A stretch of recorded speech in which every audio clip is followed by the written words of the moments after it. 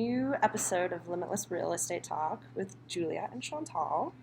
It is October, and here in the mountains, it is sweater weather. It has snowed. It is snowed. It's definitely snowed, and up top, it's going to stick. Yep. And there's something else that Julia just discovered yesterday is still sticking around into the fall. What is that, Julia? Multiple offers.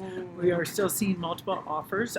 Not at every area or price point, but definitely at some of the areas and price points that we haven't seen a lot of inventory. So there are still, in many spots of the market, more buyers than sellers. We expect that to probably just continue. With interest rates still being very low, if someone were to borrow, it just doesn't cost that much more to buy a property, even though prices are still going up. And I think we would probably both agree we're going to still continue to see prices going up.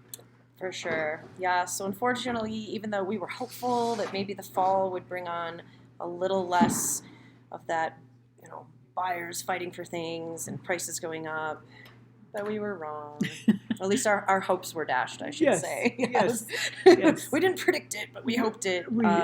That's correct. So still a good time to be a buyer and a seller is really what we're saying. Yeah, it is true. It really is true. A good time to be both, especially since we're getting close to ski season, as most people want to buy properties and use them during the ski season. So if you see something, people always ask that, when's a good time to buy? When you see something that works for you, it's a good time to buy. And don't get discouraged by the multiple offers. We definitely have some tricks that we can help you.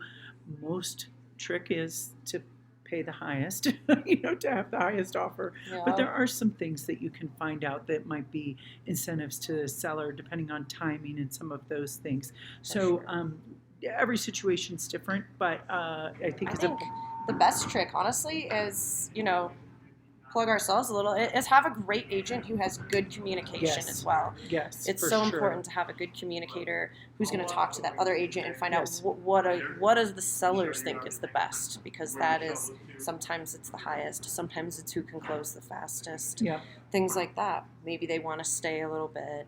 So Yep. So I would definitely have those talks, but be prepared for that.